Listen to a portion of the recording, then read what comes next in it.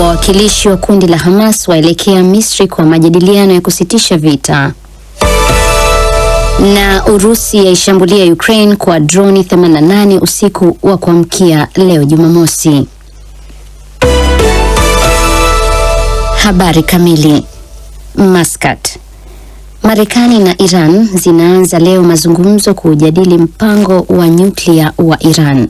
Katika mazungumzo hayo, mjumbe maalum wa rais wa Marekani Donald Trump, Steve Witkoff, na waziri wa mambo ya kigeni wa Iran Abbas Araghchi watajadiliana kwa faragha katika mji mkuu wa Oman, Muscat, unaotumiwa mara kwa mara kwa usuluhishi kati ya Iran na nchi za Magharibi.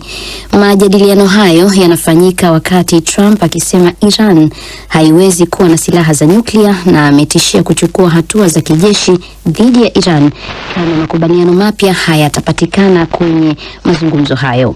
Kwa upande wake, waziri wa mambo ya nje wa Iran amesema inachotaka nchi yake ni kupata makubaliano ya haki na kweli katika majadiliano hayo. Cairo. Ujumbe wa viongozi wa ngazi ya juu wa kundi la wanamgambo wa Hamas unaelekea mjini Cairo leo ili kufanya mazungumzo na maafisa wa Misri juu ya kusitisha vita katika ukanda wa Gaza. Afisa wa Hamas mwenye ufahamu na mazungumzo hayo aliomba asitajwe jina, amesema kundi hilo lina matumaini kuwa majadiliano hayo yatapiga hatua ili kupata makubaliano ya kumaliza kabisa vita. Kulingana na afisa huyo, ujumbe wa Hamas unaongozwa na msuluhishi mkuu wa kundi hilo Khalil Al-Haya.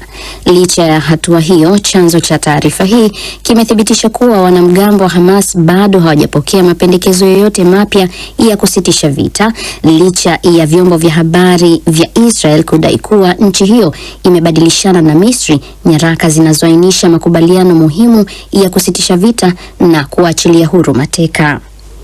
Kiev. Jeshi la anga la Ukraine limesema limezidungua droni 56 kati ya 88 zilizorushwa na Urusi usiku wa kuamkia Jumamosi. Taarifa ya jeshi hilo imeeleza kuwa droni 24 zilipoteza mwelekeo. Watu 4 wamejeruhiwa kutokana na mashambulizi hayo. Meya wa mji mkuu Kiev, Vitali Klitschko, amebainisha kuwa watu 3 wamejeruhiwa kutokana na mashambulizi hayo. Mabaki ya droni zilizodunguliwa yameiharibu nyumba moja binafsi, majengo kadhaa ya biashara na kusababisha moto mkubwa kwenye maeneo kadhaa ya mji huo mkuu wa Ukraine. Katika mji wa Kharkiv, Meya Ihor Terekov ameripoti kuwa mtu mmoja amejeruhiwa. Uharibifu wa majengo kadhaa umeripotiwa pia katikati mwa mkoa wa Dnipropetrovsk na kusini mwa Odessa.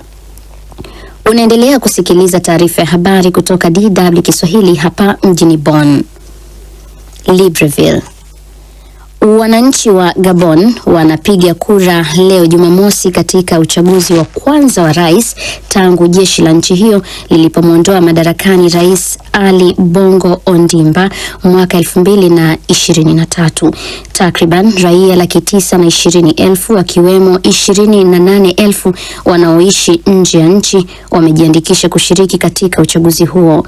Uchaguzi wa leo ni muhimu kwa Gabon yenye jumla ya watu milioni 2.3 ambapo theluthi moja miongoni mwao wanaishi katika umasikini mkubwa licha ya utajiri mkubwa wa mafuta kwenye taifa hilo.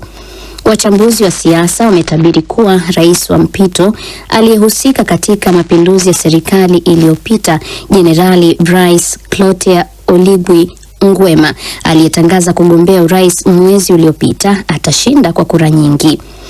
Itakumbukwa kuwa baada ya mapinduzi, Nguema aliahidi kurejesha mamlaka kwa raia kwa kufanya uchaguzi wa haki. Ni katika mtaa wenye shughuli nyingi kwenye mji mkuu wa Gabon, Libreville, mabango yenye picha za kampeni za uchaguzi ya kitanda, huku mengi yakimwonyesha kiongozi wa kijeshi nchini humo Brice Oligui Nguema.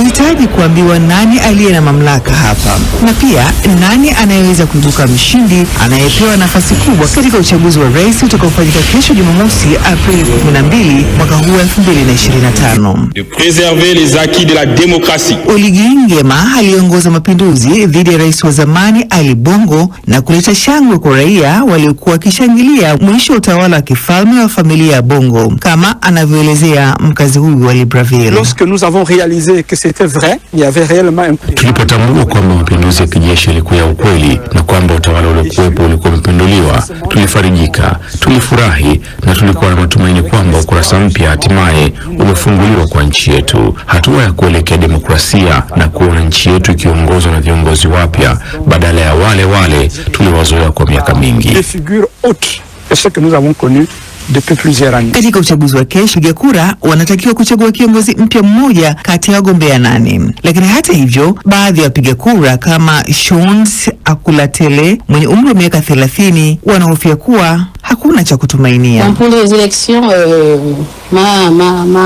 Kwa mtazamo wangu juu ya uchaguzi huu ni kwamba tunaona ni yale yale tu kama wakati wa utawala uliopita. Kwa kweli inachosha. Mambo ni yale yale tuliyoshuhudia kwenye utawala uliopita, ndio hayo tunayoyaona leo. Inaonekana ni kama kubadilisha tu majina, huku wahusika ni wale wale.